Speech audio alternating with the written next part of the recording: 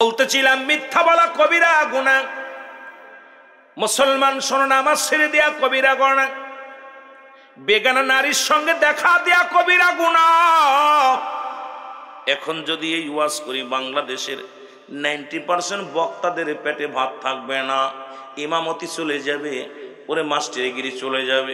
বেগানা নারী নিয়ে একই অফিসে বইয়া চা বিস্কুট পান করো আর ফতুয়া দাও, ফতুয়া চলবে না। জোরে বলেন ঠিক কিনা? এখন যদি ওয়াজ করি আমি রুহুল আমিন সিদ্দিকী, বাংলাদেশের অনেক মুফাসসির, অনেক মুফতি মুহাদ্দিস, তাদের ওয়াজ বন্ধ হয়ে যাবে। বেগানা নারীর সঙ্গে চাকরি করে, বেগানা নারীর সঙ্গে একই টেবিলে বসে, আবার বড় বড় ফতুয়া দাও। কোন ফতুয়া পাইলা? কোন জায়গা পাইলা? শরীয়তের বিধান অনুযায়ী হারামকে যে ব্যক্তি হালাল কয় কাফের, হালালকে হারাম বলার সঙ্গে সঙ্গে সে কাফের। হারাম কেউ হালাল বলা যাবে না, হালাল কেউ হারাম বলা যাবে না। ও যুবক শুনে নাও, বেগানা পুরুষের চেহারা দেখাও হারাম। হয়তো আপনাদের গ্রামের মহিলারা পুরুষের দেখে না, পুরুষেরাও মহিলারা দেখে না। যাদের বিয়ে করা হারাম তাদের সঙ্গে দেখা করা জায়েজ, যাদের বিয়ে করা জায়েজ তাদের সঙ্গে দেখা করা হারাম। এখন খালাতো ভাই, মামাতো ভাই, ফুফুতো ভাই, জ্যাঠাতো ভাই, আজকে সমাজ খাইলো, দেশটা জাতি সব শেষ হয়ে গেল। আজকে আমার সমাজ জাতি সব শেষ হয়ে যায়। এই ওয়াজ করলে হয়তো অনেকের কষ্ট লাগবে, কলি যায়। আরে মুসলমান লাগলেও কিছু আসে যায় না। এই 600-700 কিলোমিটার দূর থেকে বক্তা আনছেন, আমি আপনাদের এই তেল মেরে ওয়াজ করার অভ্যাস আমার নাই, তেল দিয়ে ওয়াজ করার অভ্যাস জীবনে করি নাই। ওরা কথা চলবে, জবান দিয়ে সত্য কথা বাইর হবে। কার ভালো লাগলো কার লাগলো না কিচ্ছু যায় আসে না। আল্লাহর আদালতে ধরা পড়তে হবে, মরণের পেয়ালা পান করতে হবে। ওয়াজের ময়দান বিনোদন নয়, গুনাহ মাফের জায়গা। জোরে জোরে বলেন ঠিক কিনা?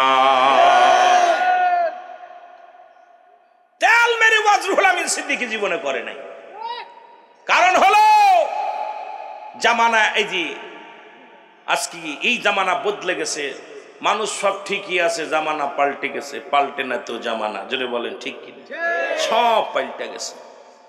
আমার ভাইয়েরা, আমার বন্ধুরা, আমার এই গুনাহ মাফের জন্য একটা জায়গা আছে গো। আল্লামা কুতুবী রাহমাতুল্লাহ বয়ান করে, দুনিয়ার মানুষ শোনো, আসমান থেকে জমিন পর্যন্ত গুনাহ করেছো, এই গুনাহগুলো মাফের দরকার একটা অপূর্ব সুযোগ।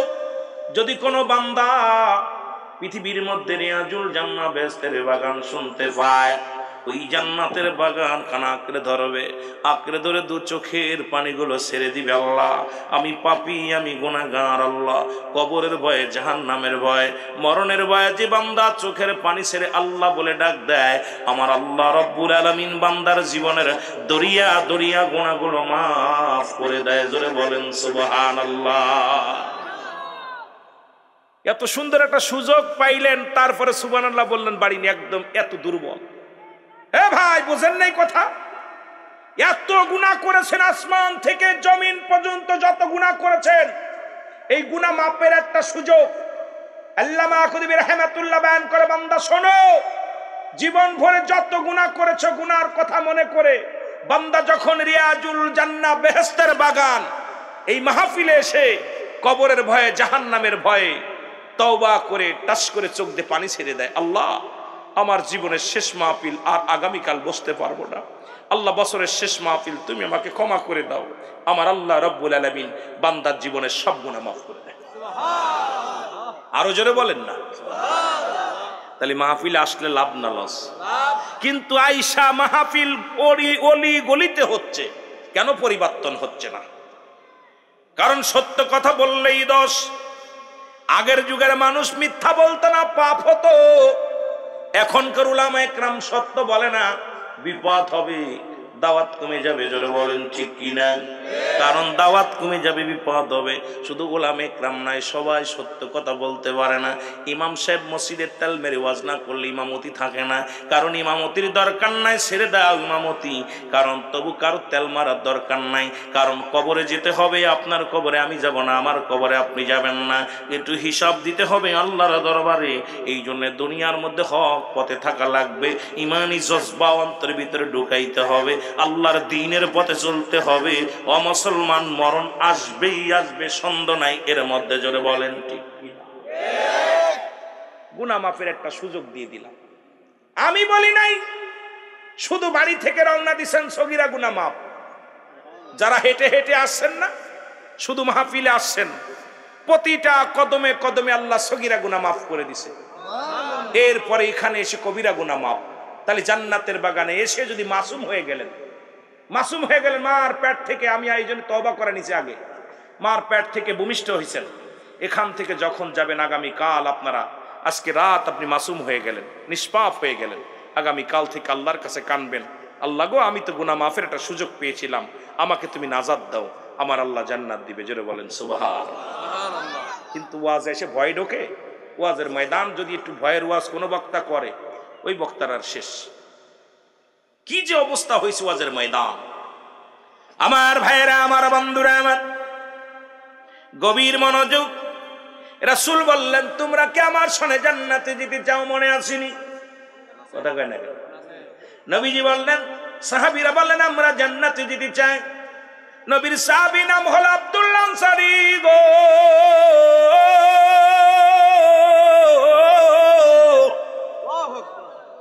আনসারী রাসূলুল্লাহর ওয়াজ শুনে যেতে যেতে একটু রাত হয়ে গেল, গভীর। আনসারী বাড়ি গেলেন, সালাম দেয় বিবির, আসসালামু আলাইকুম। বিবি, ওয়ালাইকুম আসসালাম। প্রাণের স্বামী। আনসারী বলে, বিবি রে, ও বিবি তুমি কেমন আছো? বলে ভালো। যখনই দেখা হয় সুন্দর সালাম বিনি হয়, ভালোবাসা পয়দা হয়। বিবি ডাকতে বলে, স্বামী আপনার আজকে এত দেরি হলো কেন?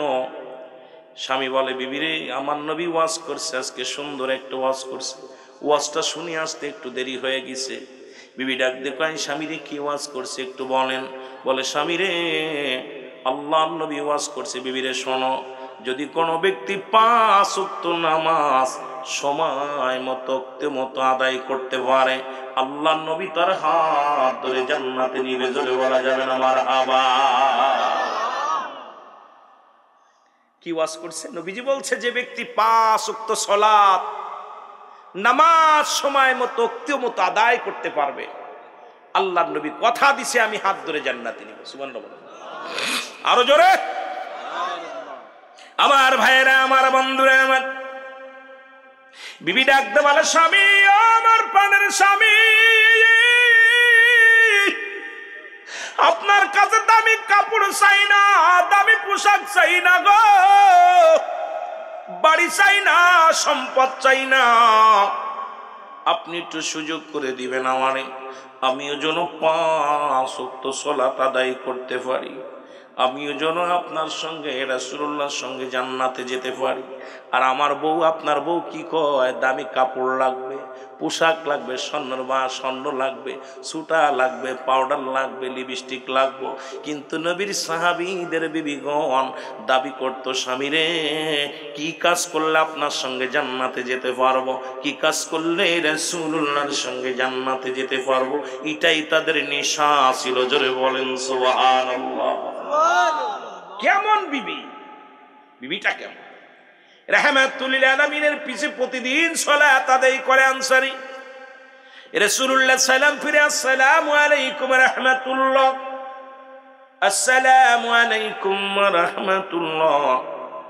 নবী সালাম ফিরে দেখে সাহাবীরা সবাই আছে, আনসারী নাই।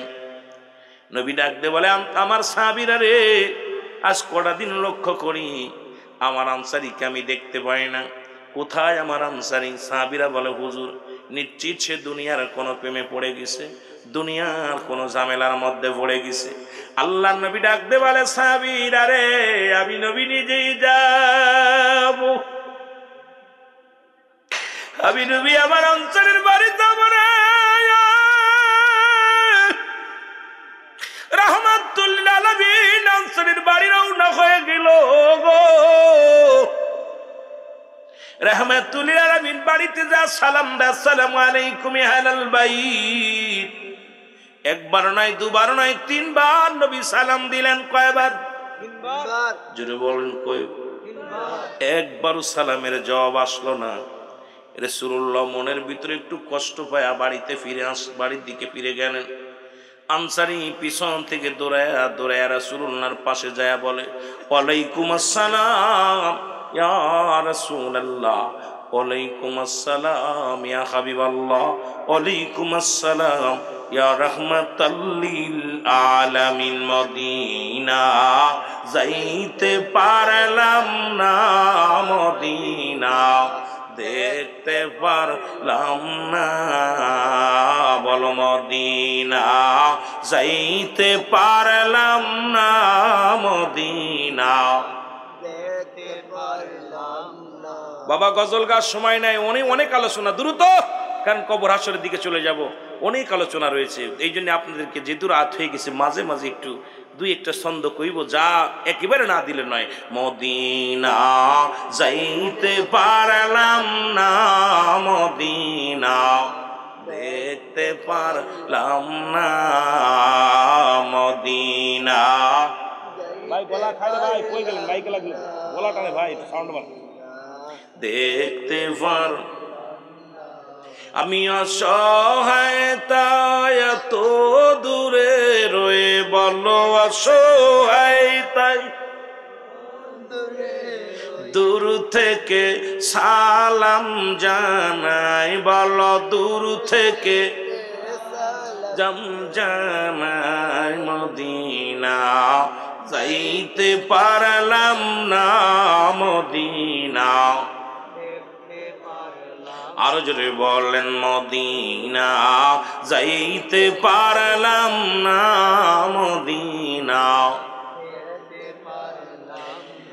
মদিনার নাম কত মধু,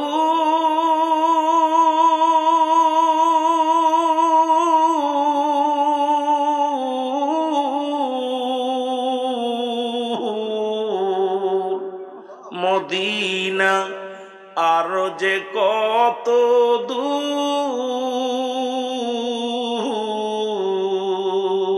আর ওই মদিনার পথের ধুলি, বলো ওই মদিনার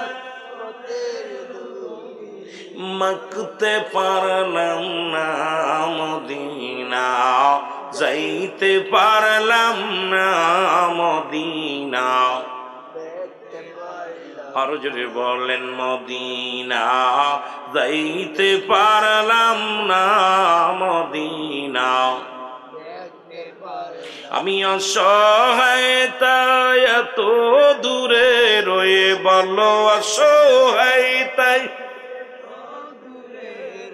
দূর থেকে সালাম জানায়, বলো দূর থেকে সালাম জানায়। মদিনা যাইতে পারলাম না, মদিনা মদিনার নাম কত সুন্দর,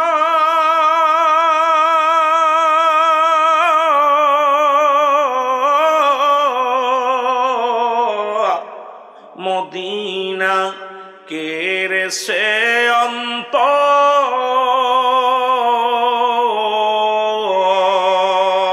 এই সুনামগঞ্জবাসীর সালাম খানি, জগন্নাথপুরবাসীর সালাম খানি পৌঁছাই দিও মদিনায়, বল পৌঁছাই দিও মদিনায়। মদিনা যাইতে পারলাম না, মদিনা দেখতে পারলাম না।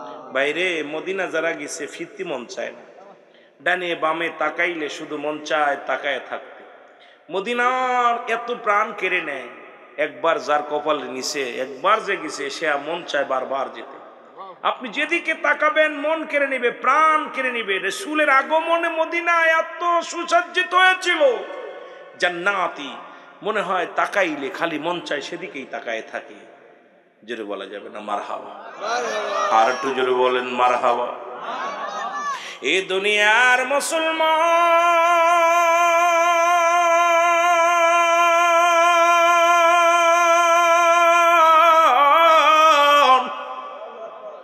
নবী ডাক দিয়ে বলে, আনসারীরা তোমারে তিনবার সালাম দিলাম গো, তুমি তিনবারই সালামের উত্তর দিলা, তার মানে বুঝতে বাকি নাই তুমি সালাম কানে শুনেছিলা, উত্তর দেও নাই, জবাব দেও নাই। আনসারী বলে, ইয়া রাসূলুল্লাহ, ইয়া হাবিবাল্লাহ, আমি কেন সালামের জবাব দিই না, এটার উত্তর আমি দিতে পারবো না নবী গো। একবার যদি আপনি আমার বাড়িতে যাইতেন নবী গো, কেন সালামের জবাব দিই না আপনি বুঝতে পারবেন। নবী কয় চলো। এবার আনসারীর বাড়িতে নবীজি গেলেন, দরজা খুলে দিলেন। নবীজি যখন দরজা খোলা পাইলেন, রাসূলুল্লাহ তাকা দেখে রে, ভিতরে বিশাল একটা গর্ত খোঁড়া গো। রহমতের নবীজি গায়, আনসারী রে, তোমার ঘরের মধ্যে এত বড় গর্ত কেন? আনসারী বলে, ইয়া রাসূলুল্লাহ, ইয়া হাবিবাল্লাহ, যখন আপনি আমাকে সালাম দিয়েছিলেন নবী গো, এই গর্তের মধ্যে আমি উলঙ্গ অবস্থায় বসেছিলাম নবী গো, পণ্যের ভিতরে কোনো কাপড় ছিল না, যে কারণে আপনার সালামের জবাব দিতে পারি নাই নবী গো। আল্লাহর নবী বলে, কি বলতে চাও তুমি বলো। বলে, নবী গো,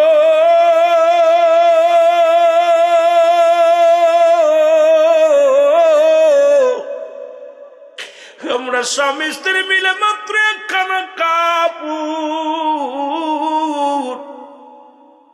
নবী গো, যেদিন আপনি ওয়াজ করলেন যে ব্যক্তি 5 ওয়াক্ত নামাজ জামাতের সাথে বা সময় মতো আদায় করতে পারবে, নবী গো আপনি জান্নাতে নিবেন হাত ধরিয়া নবী গো। তখন আমি এই ওয়াজটা বাড়ি এসে কই, আমার বিবি ডাক দে কয়, স্বামীরে আমাকে একটু সুযোগ দিবা, আমিও যেন সময় মতো নামাজটা আদায় করতে পারি। ইয়া রাসূলুল্লাহ, ইয়া হাবিবাল্লাহ, আমার স্বামী স্ত্রী মিলে 2 জন মিলে একটা কাপড়, যখন আমি আপনার পিছে নামাজের জন্য ছুটে যায়, আমার বিবি উলঙ্গ হয়ে গর্তের মধ্যে বয়া থাকে। আবার যখন ফিরে আসি নবী গো, আমি গর্তের মধ্যে ঢুইকা কাপড়টা খুইলা দিই, আমার বিবি ওই কাপড়টা পরে নামাজে দাঁড়ায়া যায়। আপনি যখন সালাম দিয়েছিলেন নবী গো, আমার পণ্যের ভিতরে কোনো কাপড় ছিল না, আমার বিবি নামাজের মধ্যে ছিল, এই কারণে আমি সালামের জবাব নিতে পারি নাই। আল্লাহর নবী বলে, আনসারী রে, তুমি কি শুনাইলা? আনসারী রে,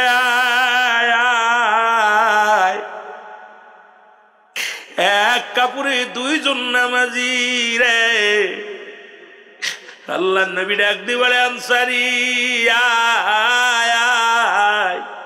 আমি নবী কথা দিলাম রে, কিয়ামতের ময়দানের আনসারী, আমি নবী তোদের স্বামী স্ত্রী 2 জনকে নিয়ে জান্নাতে প্রবেশ করব। ও মুসলমান শুনে নাও, এর এক কাপড়ে নবীর সাহাবীরা স্বামী স্ত্রী নামাজ আদায় করেছে।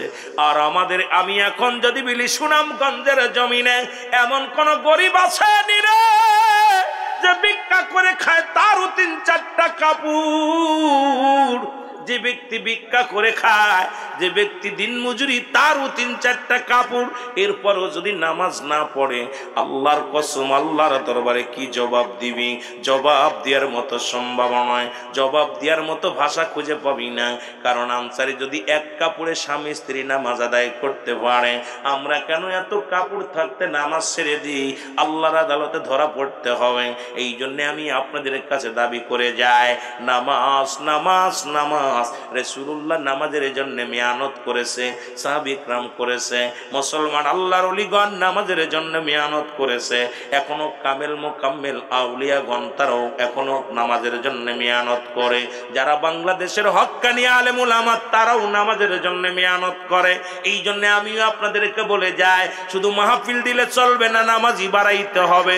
মসজিদে মুসল্লি পাওয়া যায় না, ওয়াদের ময়দানে হাজার জনতা হয়। আমি কি এত জনতার দরকার নাই? মসজিদটা আগে বড়, মসজিদ মসজিদটা আগে বড়, 5 ওয়াক্ত নামাজের যত্ন নাও। ও যুবক, তোমরা যখন নামাজি হয়ে যাবা সমাজ থেকে দুর্নীতি দূর হয়ে যাবে।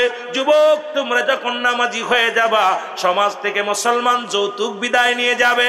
ও যুবক, তোমরা যখন নামাজি হয়ে যাবা সমাজ থেকে ঘুষ উঠে যাবে। যুবকরে, যখন তোমরা নামাজি হয়ে যাবা সমাজ থেকে জিনা ব্যভিচার বন্ধ হয়ে যাবে। যুবকরে, যখন তুমি নামাজি হয়ে যাবা সমাজ থেকে মুসলমান সুদ ঘুষ সব উঠে যাবে। যুবকরে, যখন তুমি নামাজি হয়ে যাবা সমাজ থেকে অন্যায় দূর হয়ে যাবে। ও যুবক, যখন তোমরা নামাজি হয়ে যাবা সমাজ থেকে দুর্নীতি সব দূর হয়ে যাবে। যুবকরে, যখন তুমি নামাজি হয়ে যাবা তোমার সমাজের মধ্যে থেকে সমস্ত বাহাপানা বন্ধ হয়ে যাবে। এই জন্য আমাদের আগে মসজিদটাকে আঁকড়ে ধরতে হবে। আজকের যুবকগুলো নামাজের জন্য মসজিদ আঁকড়ে ধরতে হবে। বাড়ির মধ্যে মেয়ে ছেলেদের নামাজি বানাইতে হবে, সন্তানদের নামাজি বানাইতে হবে। সমস্ত খারাপ কাজ থেকে বাঁচাই নামাজ। ওই নামাজ কোন নামাজ? লা কখন ইল্লা ব্যতীত, হুজুর মানে হাজের নাজের কল মানে আত্মা সলাত মানে নামাজ। যে নামাজের মধ্যে আল্লাহকে ঢুকাইয়া আল্লাহকে হাজের নাজের করে যে নামাজ পড়তে পারবা, এই নামাজই সমস্ত দুনিয়ার জল্পনা কল্পনা থেকে ফিরাইতে পারে। আজকে নামাজের মধ্যে গরু চোরের কথা মনে পড়ে, নামাজের মধ্যে স্যান্ডেল চুরির কথা মনে পড়ে, নামাজের ভিতরে দুনিয়ার কথা মনে পড়ে, নামাজের ভিতরে যাইয়া ব্যবসা বাণিজ্যের কথা মনে পড়ে। এই জন্য নবী বলে লা কখন ইল্লা ব্যতীত, হুজুর মানে হাজের নাজের, কল মানে আত্মা, সলাত মানে নামাজ। ও মুসলমান শোনো, লা সলাতা ইল্লা বি হুজুরিল কল, নামাজ হবে না হুজুরি দিল ব্যতীত। যখন আপনি দুনিয়া থেকে দিলকে ঘুরাইয়া একাকার করিয়া যদি নামাজটা পড়তে পারেন, একাকার করিয়া যদি আল্লাহকে সিজদা মারতে পারেন, এই নামাজই পারবে দুর্নীতি দূর করতে।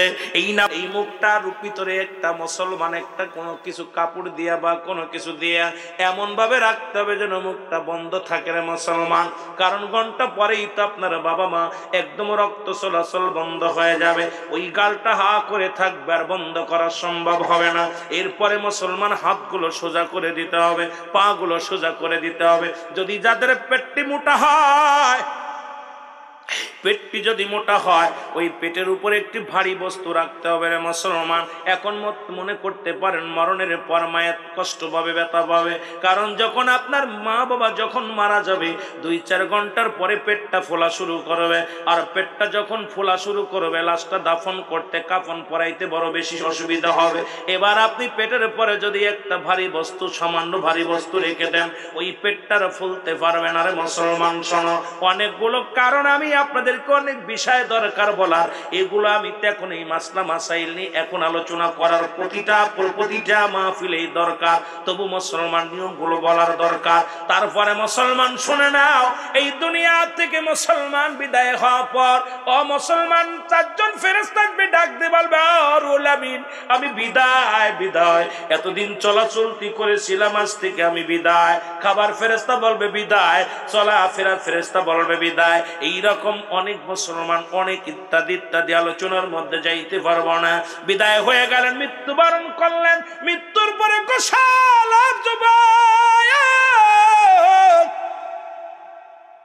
গোসল করাইয়া কাপন পরাইয়া যুবক রে জানাজার নামাজ পড়ে বিদায় করে দিবা। 1 নম্বর বিপদ হলো মানুষের মরণ। 2 নম্বর বিপদ হলো কবর। কবর বলতে বোঝায় মানুষের মৃত্যুর পর থেকে শুরু করে কিয়ামত পর্যন্ত জগৎটাকে বলা হয় কবরের জগৎ। জোরে বলেন আল্লাহু আকবার। 2 নম্বর বিপদ হলো কি?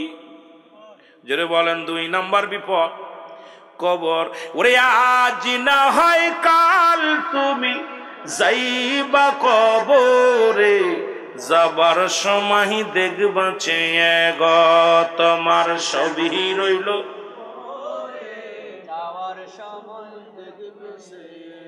আহা, কত টাকা পয়সা ধন সম্পদ থুইয়া গেছেন, মরণ ব্যক্তি সব বোঝে, কইতে পারে না। বিদায় করতেছে আমাকে, ও ছেলে ও মেয়ে পরিবার পরিজন পাশে আছে, চিৎকার মেরে বলবো আমার ছেলে ও আমার মেয়ে সব থুয়ে গেলাম, আমি একা বিদায়। এর যাবার সময় দেখবে চেয়ে গো তোমার সবই রইল, যাবার কালে দেখবে চেয়ে।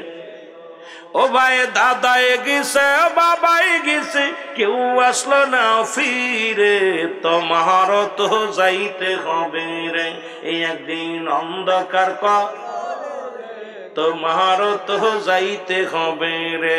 বলো আজ না হয় কাল তুমি, আজ না হয় যাইবা কবরে যাবার বেলা, আরো জোরে বলেন যাবার বেলায় দেখবে চেয়ে গো তোমার ছবি। ঘর করলা বাড়ি করলা ছবি যাইবা রে, ঘর করলা বাড়ি করলা যেদিন আজরাইল ধরা দিবে গো ভাই ছবি রবে, যেদিন আজরাইল ধরা দিবে। এই হলো আপনার আমার জীবন। এইটা যদি চিন্তা করে কোন মানুষ, এ দুনিয়ার যুবক বন্ধুরা শুইনা লাও গো, মৃত্যুর পরে যখন কবরে দিবে, ওই কবরে একজন ফেরেশতা আসবে, নাম জানা আসেনি। কথা বলেন, ফেরেশতা আসবে কবরের, ফেরেশতার নাম কি? কথা বলেন কি? গোড়ার ডিম নোমান ফেরেশতা। জোরে বলেন মারহাবা। আর একটু জোরে বলেন। এর মনকার নেকির সাবজেক্টটা কোনো আসে না। এরে আমার বাবারা, কবরে শোয়ানো উপর ফেরেশতা আসবে নোমান ফেরেশতা। নাম কি? নোমান ফেরেশতা। ডাক দে বলবে এ বান্দা ওঠো,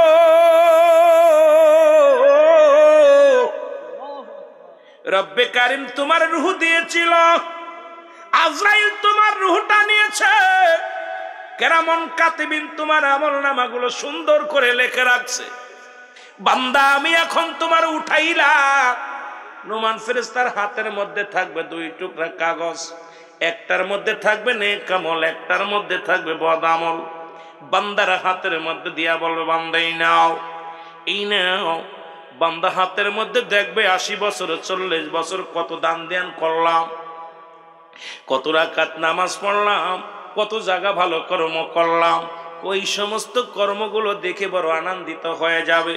ডাক দে বলবে বান্দারে তুমি এত খুশি কেন? বলে আমার জিন্দেগির ভালো আমলগুলো দেখে আমি অত্যন্ত খুশি হয়েছি। বলে লিখে দাও, তাড়াতাড়ি লিখে দাও। ওই দিন কোনো টিপসই চলবে না মুসলমান, শোনো, ওদিন বলা যাবে না আমি মূর্খ, বলা সম্ভব হবে না, কারণ যার যার আমল নামা তার লেখা লাগবে গো। ও মুসলমান শুনে নাও, আমি রুহুল আমিনের আমল নাম আমার লেখা লাগবে, আপনার আমল নামাটা আপনার লেখা লাগবে, এখানে কোনো টিপসই চলবে না রে মুসলমান। ডাক দে বলবে নোমান ফেরেশতা বান্দা লেখা দাও গো।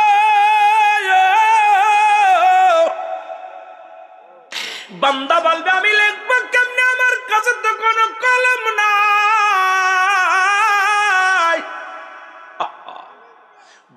ফেরেশতা নোমান ফেরেশতা ডাক দিয়ে বলে বান্দা তোমার কাছে কলম নাই, শুনে নাও, শুনে নাও, তোমার ডান হাতের শাহাদাত আঙ্গুল মোবারক হবে কলম। জোরে বলো মারহাবা। আর একটু জোরে বলা যাবে না আল্লাহু আকবার। এ যুবক তোদের হাতে ধরে বলে যায় এই হাতটা দিয়ে আর বিড়ি ধরিস না রে, এই হাত দিয়ে আর ঘুষের টাকা ধরিস না, সুদের টাকা ধরিস না, এই হাত দিয়ে মদের প্যান্ডেলে হাত দিস না, মদের টাকা ধরিস না রে যুবক, হারাম বক্ষণ করিস না, হারাম কিছু এই হাত দিয়ে ধরিস না, এই হাত দিয়ে চুন খাস না। আমার দেশের অনেক আলেমরা এই হাত দিয়ে চুন লাগায় খাস। বাবার এই হাতের আঙ্গুল খানার কত দাম, এই শাহাদাত আঙ্গুল মোবারক হবে আপনার আমার কলম। এর যুবক ডাক দে বলবে ফেরেশতারে আমি কলম পাইলাম, এখন কালি পাবো কই গো, আমার কালি পাবো কই? ডাক দে বলবে বান্দা কালি তোমার মুখের থুতু মুবারক। জোরে বলেন মারহাবা। আস্তে কইতেন না, জোরে কই। এই বাবা তোদের পায়ে ধরে বলে যায় এই মুখের থুতু মুবারক, মুখটা পবিত্র রাখ, এই মুখের মধ্যে আর গাজায় টান দিস না, এই মুখ দিয়ে বিড়ি টান দিস না, এই মুখ দিয়ে মুসলমানিয়া বা খাস না, এই মুখটা দিয়া মদ পান করিস না, এই মুখ দিয়া সিগারেট টান দিস না, এই মুখ দিয়ে কাউকে গালি দিস না। এ যুবক এই পায়েল কদর পাড়ার যুবকদের হাতে ধরে বলে যায়, ও যুবক তোদের হাতে ধরে বলে যায়, সুনামগঞ্জের যুবকদের হাতে ধরে বলে যায়, জগন্নাথপুরের যুবকদের রে তোদের পায়ে ধরে বলে যায়, এই মুখটা পবিত্র রাখ। মায়ের গর্ভে যখন ছিলি 10 মাস 10 দিন আমার আল্লাহ রাব্বুল আলামিন ওই কুরক্তটা মার নাভির সঙ্গে তোর নাভিটা জুড়াইয়া দিছে। এই মুখ দিয়ে খাওয়ার নাই রে, এই মুখ দিয়ে তুই মাওলার জিকিরি করবি, এই মুখ দিয়ে আল্লাহরে ডাকবি, এই মুখ দিয়ে কোরআন পড়বি, এই মুখ দিয়ে মাওলার জিকিরি করবি। এই জন্য এই মুখটা দিয়া তোরে নাপাক পানি খাওয়াই না। আর সেই মুখের মধ্যে কেমনে তুই আইসা বিড়ি টান মারিস যুবক? হিন্দুরা মানুষ মারা গেলে 7 গুল্লি দিয়া মুখে আগুন দেয়, আর মুসলমান দিনের ভিতরে 10-12 বার মুখে আগুন দেয়। আরে তোর কি একটু ভয় লাগে না? ওই কবরের ভিতরে আগুন পাওয়া যাবে, মুসলমান বিড়ি পাওয়া যাবে না। ওই আগুনের তাপ দুনিয়ার ভিতর থেকে লাগাস না পবিত্র মুখের মধ্যে। আল্লাহ রাব্বুল আলামিন বড় কষ্ট পায়। জোরে জোরে বলো আল্লাহু আকবার। পায়ে ধরে বলে যায় যুবক, পায়ে ধরে বলে যায়, তোর আজ থেকে আর দয়া করে বিড়ি সিগারেট মুখের মধ্যে দিস নি, আবার মুখের মধ্যে দিস না। এই জন্য আমি কিছুদিন একটা গজল গাইছিলাম যে, কবরেতে আগুন পাবি বিড়ি পাবি না, খারে জম্মের খাওয়া যত খাবি খা। কবরেতে আগুন পাবি বিড়ি পাবি না, ফেরেশতারা খায় না ঘুষ, থাকিবে না তোর যে হুশ। গর্জন মারিবে ধরে, মুগুর মারিবে ধরে, রক্ষা পাবি না। কবরেতে আগুন পাবি বিড়ি পাবি না। ঠিক ঘুষ খায়নি ফেরেশতারা? মনে হয় ঘুষ খায়। গোপনে কিছু মাইরা দিলেন, গোপনে কিছু মারলেন, ভাই আমারে পকেটের মধ্যে কিছু দিয়ে দিল। আহা, গোপনে মারে, গোপনে ঘুষ চলবো না। ফেরেশতারা কোনো ঘুষ খায় না। জোরে বলেন ঠিক কিনা? ঘুষ খাবে চলবে না। আমার ভাইরা, আমার বন্ধুরা, আমার আমি আপনাদের হাতে ধরে বলে যাই, পায়ে ধরে বলে যাই, এই মুখটাকে আপনি পবিত্র রাখেন। ও যুবক, মুখ দিয়ে কাউকে গালি দিয়েন না, মুখ দিয়ে কাউকে কষ্ট দিয়েন না। রাসূল তো নিজেই বলছে, 2টা জিনিস যে ব্যক্তি হেফাজত করতে পারবে, আল্লাহ নবী তারা হাত ধরে জান্নাতে নিবে। তার মধ্যে একটা হলো 2 গালের মধ্যবস্তু জিহ্বা, আর একটা হলো 2 পায়ের মধ্যবস্তু, যেটা পুরুষ লিঙ্গ স্ত্রীলিঙ্গ। এটা যে ব্যক্তি হেফাজত করতে পারবে, আল্লাহ নবী তার হাত ধরে জান্নাতে নিবে। জোরে বলেন সুবহানাল্লাহ। আর একটু জোরে। এই 2টা কন্ট্রোল করার দরকার আছে কিনা? জোরে বলেন, কন্ট্রোল করার দরকার আছে কিনা? ও যুবক, এইগুলো আমাদের কন্ট্রোল করার দরকার। বান্দা